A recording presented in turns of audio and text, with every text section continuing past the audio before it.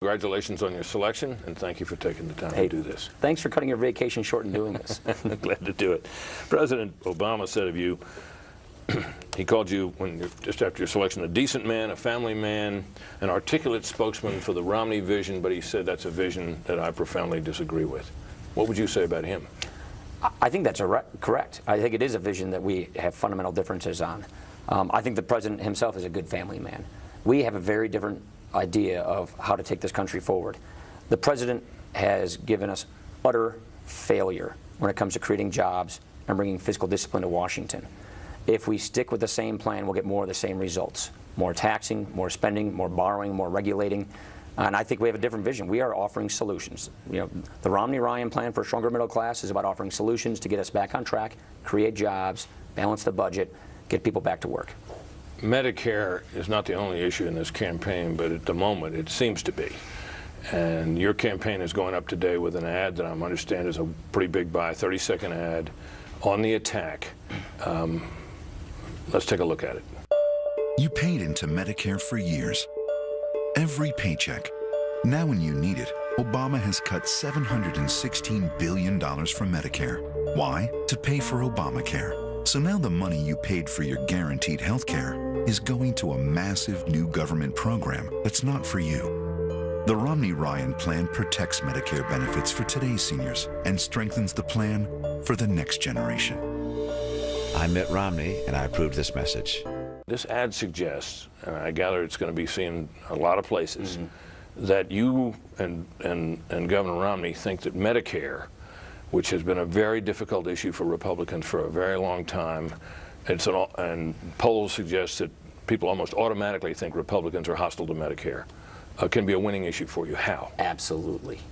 Because we're the ones who are offering a plan to save Medicare, to protect Medicare, to strengthen Medicare. We're the ones who are not raiding Medicare to pay for Obamacare. We're the ones who are repealing President Obama's 15-person bureaucratic board that will put price controls on Medicare that will lead to denied care for current seniors. We're the ones continuing the guarantee of Medicare for people in or near retirement. And you have to reform it for the younger generation in order to make the commitment stick for the current generation. President Obama is actually damaging Medicare for current seniors. It's irrefutable. And that's why I think this is a debate we want to have, and that's a debate we're going to win. So that ad attacks President Obama for the Medicare savings that are contemplated in Obamacare, estimating it now at over $700 billion. Right. Doesn't your budget also contemplate very major savings from Medicare on something like the same amount?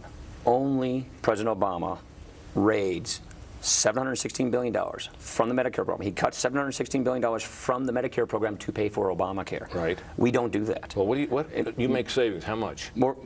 The point, I joined the Romney ticket. And what Mitt Romney is proposing to do is repeal all of Obamacare. I have voted repeatedly in Congress to repeal all of Obamacare, including this cut of $716 billion to pay for Obamacare. So what's very important here, and a lot of seniors don't know this, is that they turned Medicare into a piggy bank to finance Obamacare. The Obama campaign thinks it's an achievement that they raided Medicare to pay for Obamacare. You're not saying, though, that you don't contemplate in your budget planning significant savings, upwards of $500 billion in Medicare, though, are you? No. We can get into complicated baseline issues, but that's the current law. So what we do is we keep with the current law in our budget. But it is the case that in the budget that you have passed through the House of Representatives, significant savings of upwards of $500 billion in Medicare. We do not add cuts to Medicare program in the House budget. We don't take more cuts to Medicare. We simply prevent the rate of Medicare so that those dollars go to extending the life of Medicare. And you said those dollars go to extending the life of which? Now I'm a little unclear as to how that works. You make savings to prevent the program from going under, or what? How is this? So here's the issue.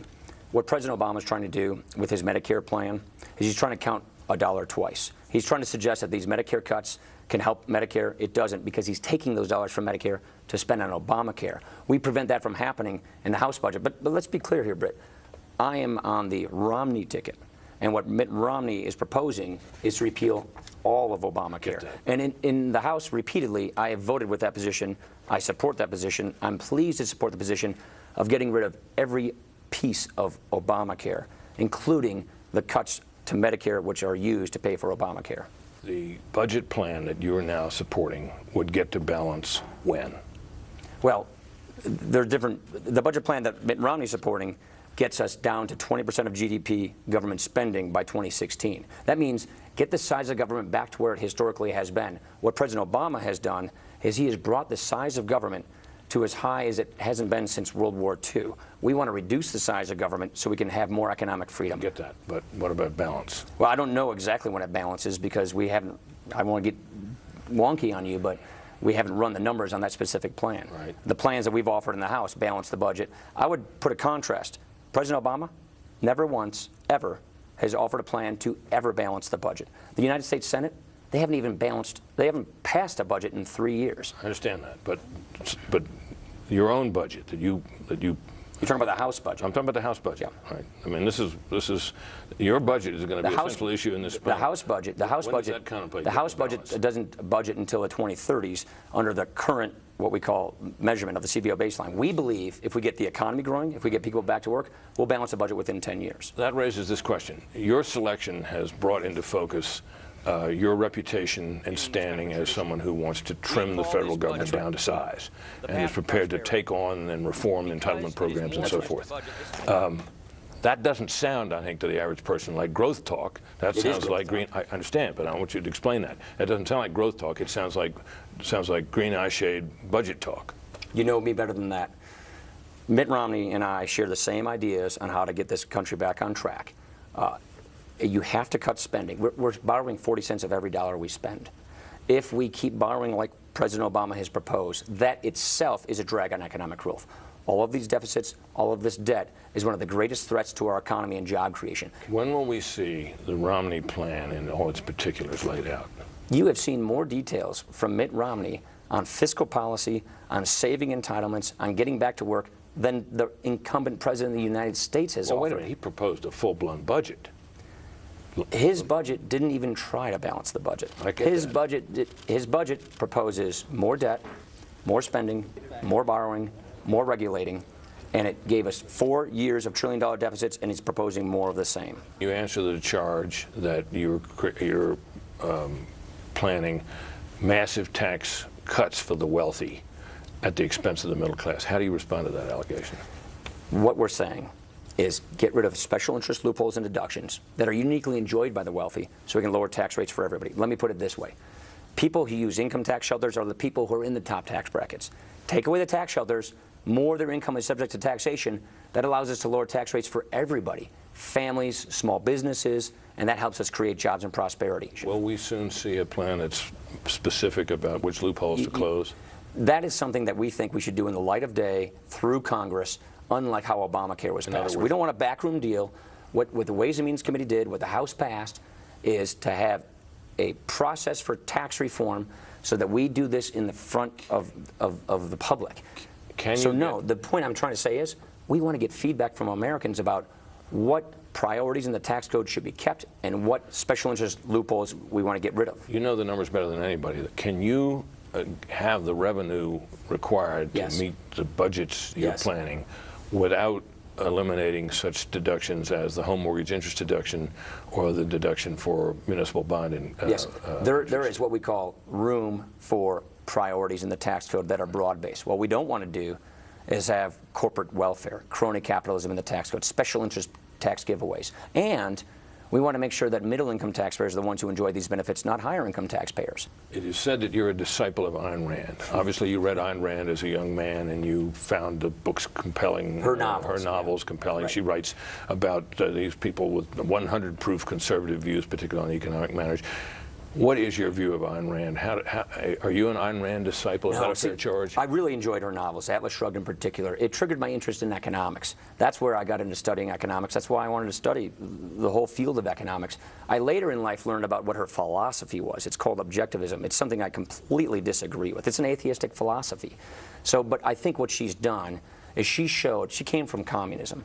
She showed how the pitfalls of socialism can hurt the economy, can hurt people, families, and individuals. And that, to me, was a very compelling novel, which says freedom, free enterprise, liberty is so much better than totalitarianism, than socialism. Those novels I thought were interesting But her philosophy, which is quite a bit different, is something that I just don't agree with. You have been quoted as saying, speaking admiringly of comments made by an Ayn Rand character to the effect that that the Federal Reserve Bank should not be engaging in holding down interest rates or right. cheap quantitative easing. Yeah, I really worry about our monetary policy. I think it's been very loose for very long, and I worry that we have our monetary policy on a collision course with our fiscal policy, and it could end ugly with a real inflation problem if we don't watch ourselves. And so I think we need to get to the days where we can start normalizing our monetary policy so that our dollar is secure. Let me ask you about your relationship to Mitt Romney. People who saw the two of you campaigning together in Wisconsin, back during the Wisconsin primary, noticed that for a while you were just introducing him. Before it was over, you were basically sharing the stage. What happened between you two men during those days out there? We spent about 5 days on the road, 5 14-hour or so days, and in between all of those stops, driving from Appleton to Green Bay to Janesville to Milwaukee, we got to know each other. We conversed on policy issues, on where to take the country. And sooner or later, we basically started sharing the microphones at these town hall meetings, and we just kind of developed a chemistry with one another and a mutual understanding of each other. When the call came, I know you said yes, but did you at that time think the fight's now going to be joined, budgets are going to be at the center of this, my budget-cutting reputation is going to be at the center of this? Was that, I mean... Yes, I'm excited about that. Right. I'm eager to join this debate because we owe the country a clear choice and different solutions. Congressman, thanks very much. Thanks, Brit. Appreciate it.